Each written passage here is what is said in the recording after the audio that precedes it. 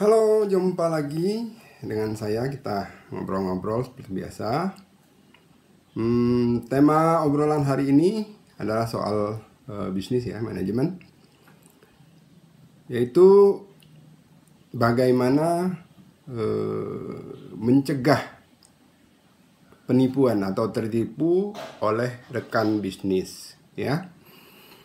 Ini minggu lalu saya dapat curhat.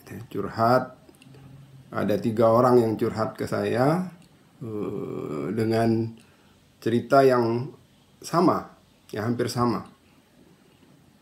Dia berbisnis bareng teman, duitnya dapat pinjam dari bank, ada yang mengambil KTA, ada yang menggadaikan SK pegawai negeri gitu ya untuk ambil kredit yang mau dipakai untuk berbisnis bersama teman. Kemudian bisnisnya mau dijalankan, ya, temannya nggak tahu lah gimana perannya, tapi temannya yang pegang uang dan kemudian pergi. Oh, ini luar biasa ya. Luar biasa kenapa? Untuk melunasi KTA atau pinjaman bank yang menggadaikan SK pegawai negeri tadi, itu butuh 3-4 tahun ya, butuh 3-4 tahun dengan nyicil gaji ya. Teman saya itu habis gaji dia tuh habis. Salah seorang teman saya itu gaji pegawai negeri dia tuh habis tiap bulan untuk nyicil itu selama berapa tahun. Artinya dia harus cari sumber penghasilan lain untuk hidup. Gajinya udah nggak bisa dipakai untuk hidup. Nah, sebelum kita bicara soal bagaimana menghindari penipuan, ya, bagaimana menghindari penipuan tadi, mungkin lebih baik kalau saya tegaskan dulu untuk tidak demikian spekulatif dalam memulai bisnis. Ya, bisnis itu pasti kita harus mengambil risiko. Berbisnis adalah mengambil risiko, betul. Ya, tapi coba hitung gitu, hitung seberapa banyak uang kita pertaruhkan di situ. Ya kalau kayak kasus tadi ya, sampai pinjam uang di bank dan untuk nyicilnya itu uang bulanan kita habis. Artinya kan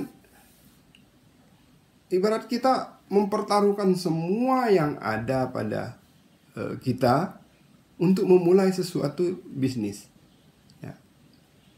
Tertipu atau tidak itu spekulasinya tinggi ya. Ya. Spekulasinya sangat tinggi. Saya lagi-lagi ingat apa kata teman saya yang sudah almarhum, Mas Nu'man Lutfi. Ketika dia mau mulai bisnis, yang dia lakukan apa? Dia serahkan uang ke istrinya. Aku keluar dari pekerjaan, dia serahkan uang ke istrinya. Ini cukup untuk biaya hidup kita 1 tahun. Nah, kemudian dia menjalani bisnis. Yaitu kondisi ideal lah gitu ya, kondisi ideal. Ya, artinya kalaupun bisnis itu dalam waktu 1 tahun belum menghasilkan sesuatu, ya anak istri tidak terlantar dulu gitu. Ya. Karena mau berbisnis kan anak istri juga tetap perlu makan kan. Nah, idealnya seperti itu. Ya, kalau enggak pun ya, kalau gitu kapan mulainya kan susah juga. Kalaupun tidak seperti itu, ya jangan taruh semua lah gitu. Ya. Misalnya kalau Anda punya gaji, mau ngambil kredit ya, kira-kira ambillah 1/4 dari gaji Anda itu untuk mencicil kredit tadi, itu masih masuk akal. Jangan semua, ya, jangan habis-habisan gitu. Ya. Nah, kemudian bagaimana kalau ternyata modalnya nggak cukup? Nah, ini saya selalu bilang, bisnis itu kayak kita mau beli barang. Ya, memulai bisnis itu kayak kita mau beli barang. Saya pengen tas Hermes gitu ya, atau Louis Vuitton, atau pengen jam Rolex. Tapi saya nggak punya duit.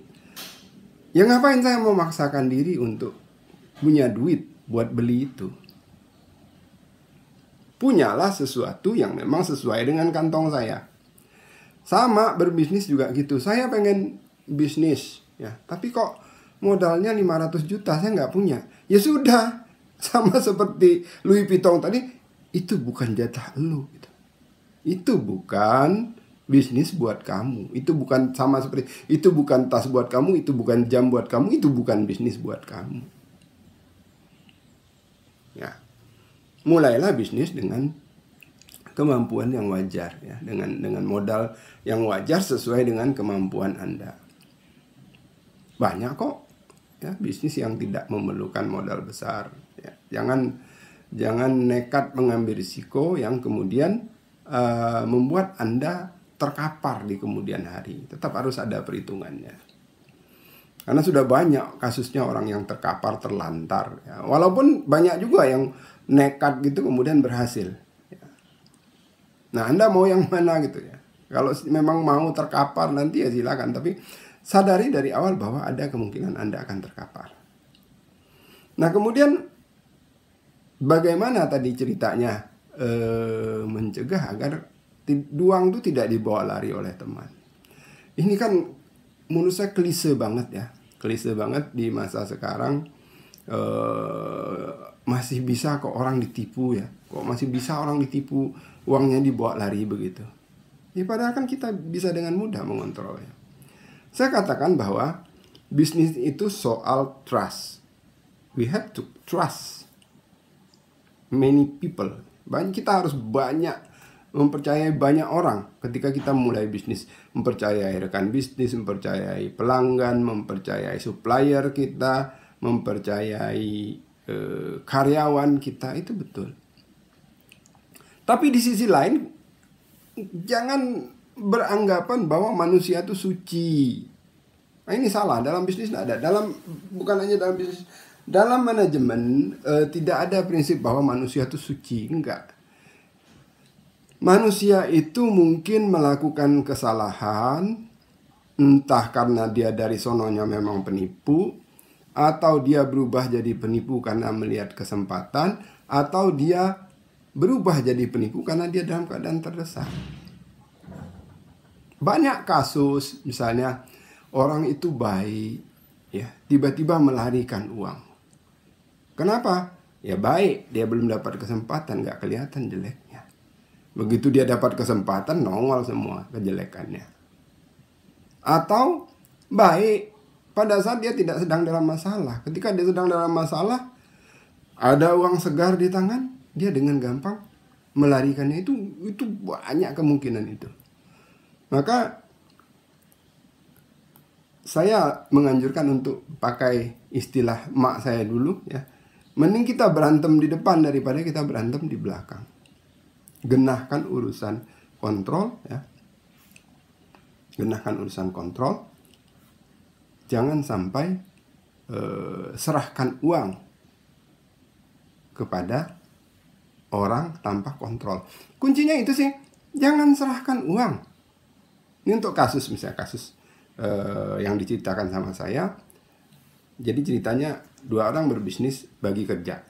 Yang ini nyiapkan ini nyiapkan ini. Dia harus belanja ke supplier, belanja alat-alat, mesin-mesin dan sebagainya. Ya kan? Kalau itu uang Anda, ya memang dia yang bertugas untuk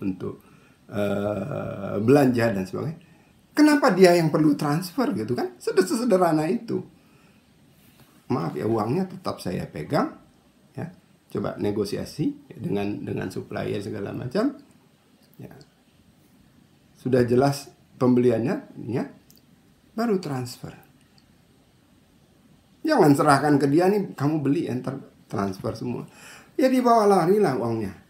Ya ada kemungkinan dibawa lari. Kalaupun nggak dibawa lari ya keberuntungan aja gitu lah. Kebetulan saja. Kalau dibawa lari, intinya kita tidak perlu bertaruh apakah dia akan bawa lari atau tidak. Jaga kemungkinan jangan sampai dia bawa lari. Jadi beri aja butuh berapa? Oh ini transfer. Nah transfernya pun harus kita cek ya, buat mekanisme untuk memastikan transaksinya memang sudah sah dulu. barangnya sudah bisa diambil dulu. Ya kan? Loh kok kesannya kayak nggak ada trust, kayak nggak ada kepercayaan? Ya memang begitu.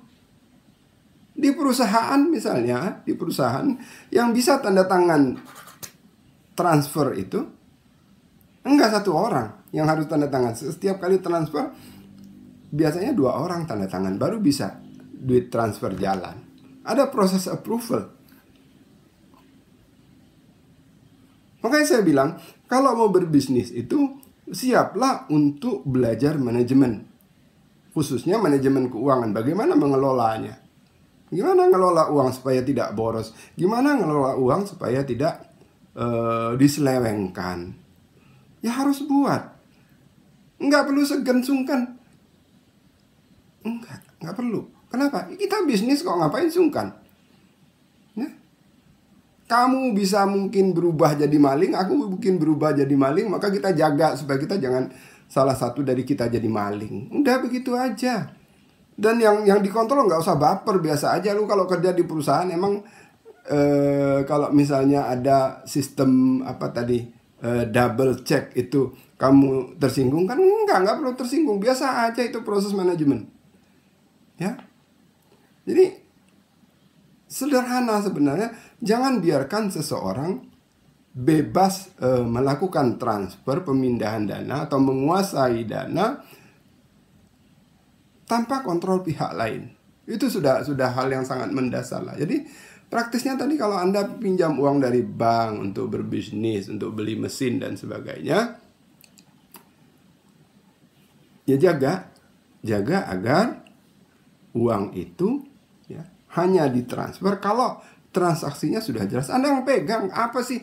Udah nggak zaman dulu tuh nitip uang pakai cash ya, kalau nggak ini dia nggak bisa transaksi. Sekarang pakai transfer. Ngapain dititipin ke orang lain uangnya? Kalau sudah jelas baru. Nah, kunci lain lagi, hindari transfer itu ya. Kalau Anda berurusan dengan perusahaan-perusahaan, hindari transfer ke rekening pribadi. Hindari. Transfer itu kalau kita belanja ke supplier kan transfer ke rekening atas nama perusahaan. Ya, atas nama perusahaan. Kecuali ya itu tadi, kalau transfernya ke rekening pribadi, pastikan barangnya memang ada dan siap akan Anda terima. Jangan sampai ditipu-tipu orang.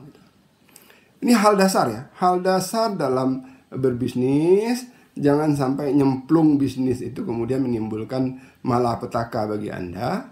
Mulailah dengan cara yang masuk akal, lakukan kontrol yang benar. Jangan berikan uang Anda kepada siapapun. Begitu, mudah-mudahan bermanfaat tips sederhana ini.